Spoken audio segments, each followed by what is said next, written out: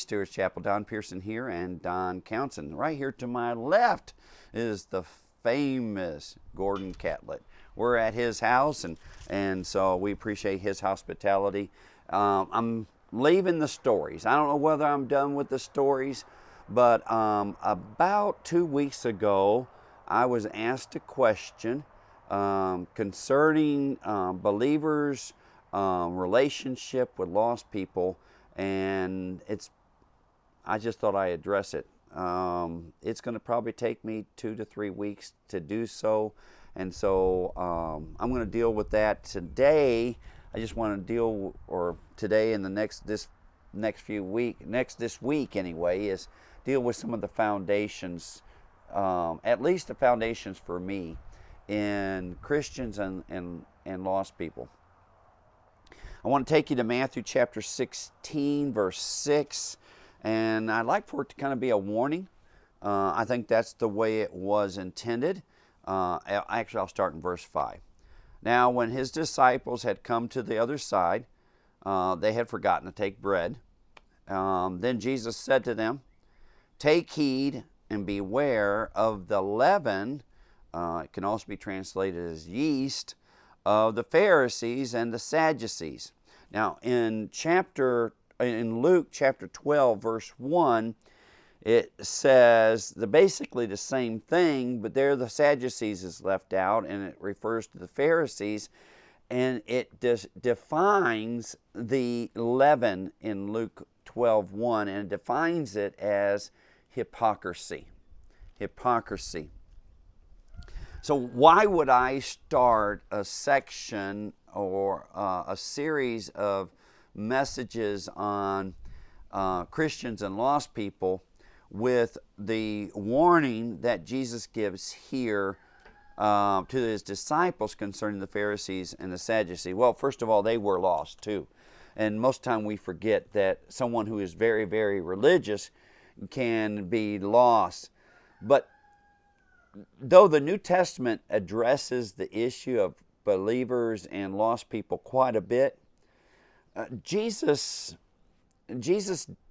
only warning to his followers are towards the religious. In other words, be careful of the religious. Be careful of the Pharisees and Sadducees, which I think is interesting. He doesn't warn them about their relationship with the prostitutes or the tax collectors or all the other sinners. He warns them about the ones that were convinced that they were right. They had a form of religion, but had no power. And Jesus warns them. Jesus is more concerned about the disciples being caught up in the path and the hypocrisy of the Pharisees and Sadducees than he is concerned about them rubbing shoulders with the tax collectors, the publicans, the sinners, and the prostitutes. And every time I hear this question about Christians and the lost, I hear Jesus' warning going in my ear, making me aware of the fact that probably the ones I need to be most concerned about are the ones that do the most damage. One of the lessons we will do later will deal where Jesus warns them about sending them out into the world, into the wolves. The wolves he's actually talking about are not the publicans, the prostitutes, and all of them. It's also the Pharisees, it's the religious, and it's the religious that eventually lead the march to take Jesus. It's the religious that lead the march in pursuing the disciples and Paul. That's been the case. I've got 2 boxes in front of me. My box is probably the smaller box. So what's these represent? Well, years ago I heard a man, when I was in college, at a time when I was all ears, I heard a teacher in one of my classes tell a story about in Haiti where he was getting ready to leave, and he had been teaching all across Haiti, and this woman had rushed to the airport with her very, very sick child. And as he's getting out of the car heading into the airport, him, along with a few other pastors, this woman comes running up with her sick child and saying, you got to pray now, you got to pray now for God to heal my child. Well, one of the other preachers in the crowd said to this man, hey, that doesn't fit my theology. Did you hear what he said? That doesn't fit my theology. Well, the other guy turned to him and said, then you got to change theology, because your God is bigger than your theology. That was the problem with the Pharisees. That's the problem with the Sadducees. And it's the problem with most of us who are religious. I'm a Christian, but I also consider myself religious. Very active. But I have always realized that my box is probably too small.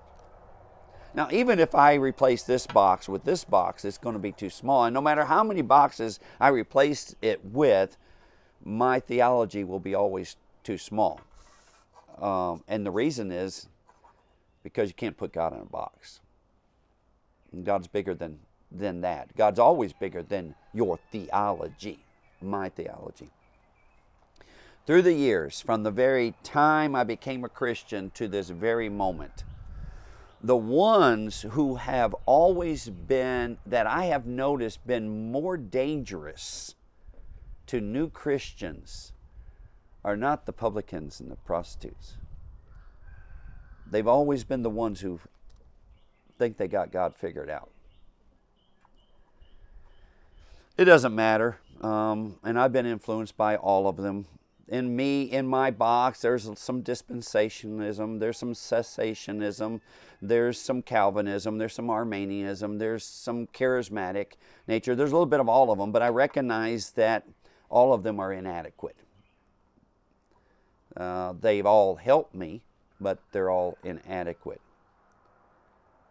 Because God's bigger than any title to that. But it's those very ones that are always trying to correct you. They're always trying to fix you. I can tell you many examples of that, but probably one of the strongest examples was a few years ago. My cousin's son-in-law became introduced to a group of people that define legalism, Phariseeism. And I watched him replace a larger box for a smaller box. And I watched my cousin grieve over that. You see, in Scripture, even after you leave the New Testament, the number one danger to the church was then the Judaizers. The Judaizers were Christians. Some believe, and I do think that most of them were Jews that became Christians, but their influence, those Jewish believers that became Christians, influence was so strong that it affected the Gentile Christians. And it created a legalism that declared that Christians were not free from the law, that it was the law and Jesus. Well, Paul addresses that many times. John addresses it many times. Peter stands in front of them and addresses it. It hasn't died. You see, what happens when you have a religion, when you become religious and you leave Christianity, because Christianity basically states that Jesus is enough. Jesus is enough. But when you become religious as a Christian, then it's not Jesus is enough, it's Jesus and. It's Jesus and. And could be what you got to wear this, or what translation of the Bible. And I know some of you pastors out there listening, and you're going to hate that, but it's true. What translation of the Bible? Whether you sing hymns or praise team, or even if you do sing praise music, you are so picky about the words that you tear apart you can't even enjoy it because you're so back out there. That's legalism. That is Phariseeism. It's all about all the other stuff that we add to. Christianity declares that Jesus is enough. Long ago, the Protestant Reformation declared that it was Jesus alone, faith alone.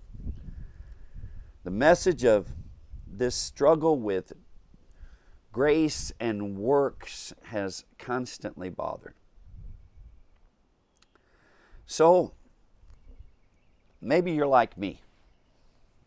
You realize your box is pretty small. You want it to be bigger. But you don't want to replace that box with a box that somebody else has created. You don't want it. You want a box that is more fluid, that is able to be adjusted and molded by the master's hand. Well, that's a difficult path. Because there's something about man from the very beginning that struggles with Jesus alone. Love you, Steers Chapel.